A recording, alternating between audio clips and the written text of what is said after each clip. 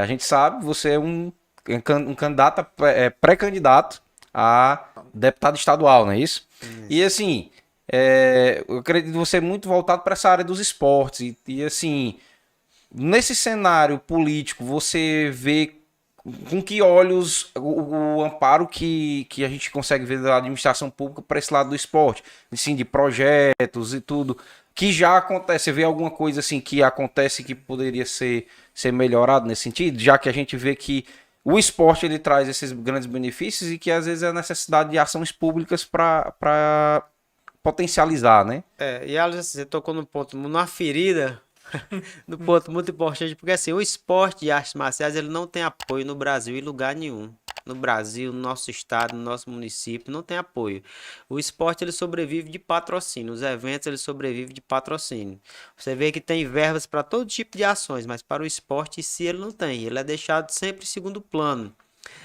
Então, assim, a nossa ideia também de estar entrando aí, colocando nosso nome como pré-candidato, é de tentar representar as artes marciais, tentar inserir aí as artes marciais, nossas ideias de inserir as artes marciais nas escolas, como tem aí nas escolas americanas, na Europa. Nesses países o esporte ele é totalmente valorizado. As crianças, os adolescentes, os jovens, os praticantes de esporte, os melhores atletas, eles vão para as melhores universidades. Então, assim, no Brasil, nós temos muitos resultados, nós temos muitos brasileiros que estão saindo do nosso país, estão conquistando o mundo lá fora através do esporte, mas apoio para isso nós não temos, né? Então, necessita ter representantes que realmente possam levantar o nome do esporte. Está surgindo algumas pessoas, né, em outros estados também. Já tem, eu não lembro qual é o estado, mas tem dois estados que já inseriram as artes marciais na grade escolar, né? Grade curricular, isso, Isso. exatamente. Então, João, e você hoje, na sua formação, né, que você em artes marciais, carrega, né, uma noção de vida, né, sobre várias áreas, né, desde da questão de hierarquia, questão no entendimento em geral. Hoje você, assim, se sente hoje já preparado como pré-candidato, você acha que, no seu ponto de vista, né, e diante de todos, você se sente hoje uma pessoa já preparada e posicionado para entrar aí no meio dessas feras, digamos assim, né? Porque a gente sabe que é um mundo, cara, bem complicado, né? Dadas as circunstâncias que a gente ouve aí diariamente. Muita gente tem até medo de entrar no meio, né? Assim, é uma das coisas que a gente vê. A necessidade de sempre renovação, de sempre uma coisa diferente para fazer as coisas acontecerem. não é uma ideia que vem de hoje, a gente já vem projetando isso há bastante tempo, né? Eu me tornei um militante político porque acredito na mudança do nosso país e ela só vai acontecer quando o cidadão de bem participar da política. Como eu falei antes, né? É preciso que os homens de bem ele ocupem o espaço daqueles que querem entrar para a política para se corromper. Então, Exatamente. primeiramente, eu digo muitas pessoas, meu irmão, se você quer um político, você tem que ter alguns critérios para ele. Aquele cara que quer entrar na política comprando votos, ele já está mostrando claramente que ele é um corrupto.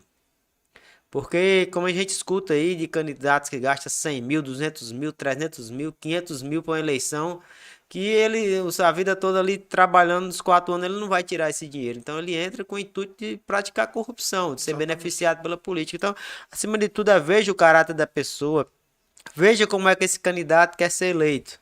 Se ele quer ser eleito comprando voto, ele já está mostrando para mim e para você que ele é um corrupto. É esse tipo de gente que nós temos que colocar para fora da política. Porque essas pessoas querem nos roubar. Quem é que vai gastar aí 500 mil reais numa eleição para vereador? Quem é que vai gastar aí 5 milhões numa eleição de deputado para trabalhar de forma honesta? Não vai. Porque não vale Exatamente. a pena, né?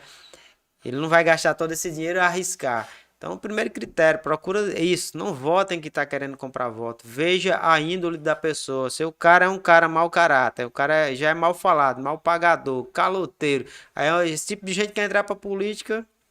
É isso que o cidadão brasileiro precisa ver. É ver a índole, ver qual é o caráter da pessoa. Assim, eu sempre fui uma pessoa muito decidida nos projetos que eu comecei, né? Eu comecei com esporte, então eu acreditei, eu sempre senti isso no coração, via na minha visão de contexto, viajando pelo Brasil inteiro. Eu viajei já para muitos estados. Eu acho que eu não. Eu não lembro qual foi o estado do Brasil que eu ainda não viajei. Então, assim, com a capoeira, com o jiu-jitsu, a gente vai vivendo as perspectivas do futuro. E eu sempre vi que o esporte ele ainda ia crescer muito no nosso país. Né? Já estou levando aqui para o outro lado. Então, eu tive aquela visão, vou trabalhar com isso aqui, eu sei que isso aqui vai andar. Então, hoje eu tenho filiais da minha academia em 8 cidades. Eu tenho filial da minha academia em Quixeré, tenho em Russas, tenho em Itaiçaba, tenho em Alto Santo, tenho em Icó, tenho em Iguatu. Então, a gente foi tendo a visão, vendo que realmente isso ia acontecer. Quando a gente começou com o MMA também, na época, o Vale Tudo era chamado de Vale Tudo, porque tinha poucas regras, mas eu sempre via que isso ia lá na frente ia mudar, ia se aperfeiçoar. É tanto que acho que eu fui a primeira pessoa que construiu um octógono no Brasil, aqui no Ceará. Construí meu octógono já tendo essa visão que eu sabia que os eventos iam crescer, né? Hoje eu rodo o Ceará inteiro com eventos, fazendo assessoria de eventos, alugando estrutura. Então eu fiz um investimento alto, que foi muito difícil naquela época, né? Mas acreditei nisso, fiz um investimento, então deu certo. Eu rodo direto aí com eventos por todo o Ceará. E na política também não é diferente. Eu tenho convicções daquilo que eu quero lutar pela mudança do nosso estado, do nosso país. Então é preciso que outras pessoas de bem entrem para a política, não apenas eu. Eu aqui também sou uma pessoa que quero motivar outras pessoas a entrarem.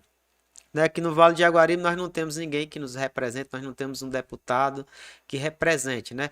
Eu sempre falo para as pessoas, tem que observar, chega o período de política, vem vários deputados para cá, candidatos, né? Joga meio mundo de dinheiro na mão de pessoas, que a gente vê por aí, depois vão embora, desaparece, 4 anos depois é que eles vão aparecer. Então, é esse tipo de pessoas que o cidadão ele precisa expurgar esse tipo de gente da política. Né? E assim, não deixa de ser um desafio, porque o que a gente vê hoje é uma ação massiva de perpetuação do poder. O cara passou um tempão ali, aí vai passa o bastão para outro. Realmente, Exatamente. isso que você falou é uma situação vivida rotineiramente no nosso país, rotineiramente que eu falo em épocas de eleição, de política, né, que tá ali mais quente o negócio, é essa questão do passaporte, né? O cara chegou ali, não, agora aqui vamos passar. Vamos. Eu vejo, por exemplo, você colocou um dos pontos que não há o apoio ao esporte por parte de instituições governamentais, por parte realmente da proposta pública, né?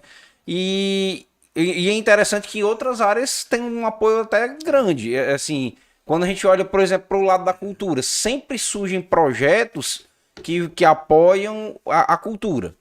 Mas, como você diz, não há tanto projeto que apoie o esporte. Graças a Deus eu tenho um trabalho de mais de 20 anos no esporte. As pessoas, os grandes professores, os grandes mestres das artes marciais de diversas cidades estão aí nos apoiando e conhecem o nosso trabalho, conhecem a nossa seriedade, conhecem o compromisso que a gente tem e a gente vem ganhando espaço, né? Vem dando certo, as pessoas têm catado essa ideia de ter um representante, porque assim, são duas coisas que mais trabalha o social e muda a vida das pessoas no nosso país. São duas coisas: as artes marciais e a igreja. O meio de transformação, o poder de transformação que as artes marciais têm, o esporte tem na vida das pessoas é gigantesco. Eu falo as artes marciais porque em si é a parte que eu mais trabalho. Outros esportes também ajudam, mas não ajuda tanto quanto as artes marciais, porque em si ela já traz uma conduta de disciplina. Né? Eu não critico outros esportes, nem acompanho muito futebol, mas, por exemplo, você vê muito pessoal brigando nos campos de futebol, você vê o cara brigando fora do estádio, dentro do estádio e dentro do campo. É uma incoerência tremenda, né? Mas a gente não vai nem entrar muito nessa questão. Mas aí você já vê no esporte, é diferente. O esporte de luta ele tem toda uma disciplina. Então o cara que tá ali, automaticamente ele se molda.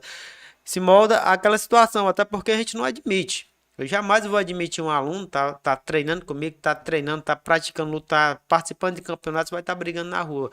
É totalmente fora a ética, a disciplina do esporte. Ele é colocado para fora. Ou ele se ajeita, ele se adapta à disciplina do esporte, então ele vai ser chamado a retirar. Você não vê confusões em eventos. Cara, às vezes você não precisa ser tão inteligente. Basta você pegar as coisas e analisar os fatos. E você vai tirar uma conclusão, né? Você vê ali na luta, o cara luta, se pega, se bate, se machuca e luta. E aquele confronto dá o sangue mesmo. O cara termina, se abraça, dá aquele respeito. Isso. Terminou ali, o cara sabe que não passa daquilo ali. O que ele tem para resolver, ele vai resolver dentro ali em uma outra luta. Aí lá fora passou. Às vezes tem aquela mídia que os caras querem vender a luta, faz toda aquela polêmica, né? Aquela novela toda pra poder fazer aquele fogo Faz na aquele luta. teatrinho ali, né? Mas depois os caras saem pra jantar, os caras estão juntos, né? Então é diferente. Então, as artes marciais, elas têm um poder muito grande de mudar a vida das pessoas, seja sociais. Eu trabalhei 3 anos num projeto ali na Cidade Alta, né? Quando eu comecei lá, as crianças lá, meu amigo, a fama lá era brigar na escola. Ah, meu amigo, tinha menino que no dia que ele não brigasse na escola, ele tava doente, podia levar pro hospital. Mas a gente passou 1 ano, 2 anos trabalhando e esses garotos que eram os brigões ali no bairro Antônio Holanda, na Cidade Alta, passaram a ser referência. Olha que O pessoal, bacana, quando cara. vieram de fora fiscalizar o projeto, ver como é que tava, ficaram assim impressionados com a forma que os garotos se posicionavam, se falavam, né, se comunicavam. Então, aqueles brigões passaram a ser referência através das lutas, né? E outro ponto é a igreja também. A igreja é o local que mais ressocializa as pessoas, tira da droga, tira da prostituição. E são dois universos muito desvalorizados no nosso país, né? Você não tem apoio para isso, né?